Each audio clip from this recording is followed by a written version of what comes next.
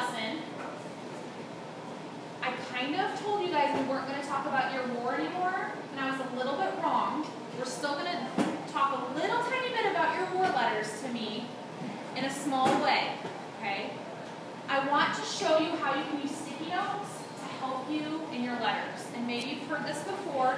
Not all of you need to use sticky notes to help you with your letters, but it is a nice strategy for kids that go to do their letter and they blank, okay? So what you do is as you read during your independent reading time, and a thought pops in your head, a connection, something you like, dislike, this big long list, anything that pops into your head that you think, ooh, this could be something I could use for my letter, you write it on your sticky note and you stick it in your book right where you had that thought. And so then tomorrow or the next day, whenever you're ready to go ahead and do your letter, you can grab that sticky note back out and you can use that to help you write your letter. You can use the same sticky note for the whole week, or you can use another sticky note. Like, remember how I told you yesterday to pick 3 topics, 3 kind of bulleted items for your letter? I should see nodding. Yes, I remember that, Mr. Ross. You could do 3 sticky notes. I would just use 1, because really it would be a waste of sticky notes to use 3, but if you want to really stick where you found it in your book, then you can do that.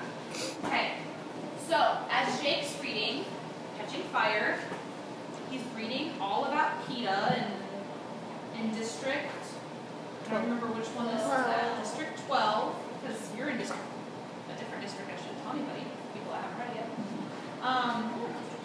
And he has a thought, a connection, a funny part, something he didn't like about the author, something he did like about the author.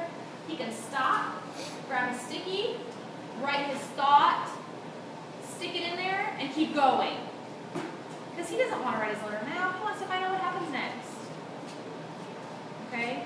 So then when he goes to do his letter, bam, the sticky note's in here, he can pull it out, he can copy that into his letter, he can throw the sticky note away. How many of you have used stickies in the past for this kind of reason? So you're familiar with it. Okay, how many of you think you might use that this year? How many of you think, I'm pretty good about remembering what I read, I probably won't need them? Okay, and it's okay. The sticky notes are there for you in your baskets. Anytime you want to use them, they're for you. I just ask that you don't use sticky notes for notes to pass back and forth, to make little paper airplanes, to make little footballs, to make the little flip books where the guy runs, or the balloon pops, or whatever, the little flippy things.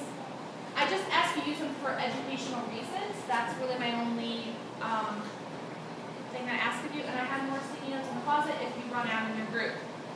I've had issues in past years with sticky note abuse. I don't think we'll have issues this year. Okay, but use them to help you guide your letter. So I want you to practice right now. I want you to flip back to something you just read. Come up with something you could write about in your letter, like a connection, like a prediction, like a funny part, something you liked that the author put in. Maybe there was a flashback you enjoyed. Write it on a sticky. Put it in your book where you think that thought happened. And then we'll talk about it in a few minutes.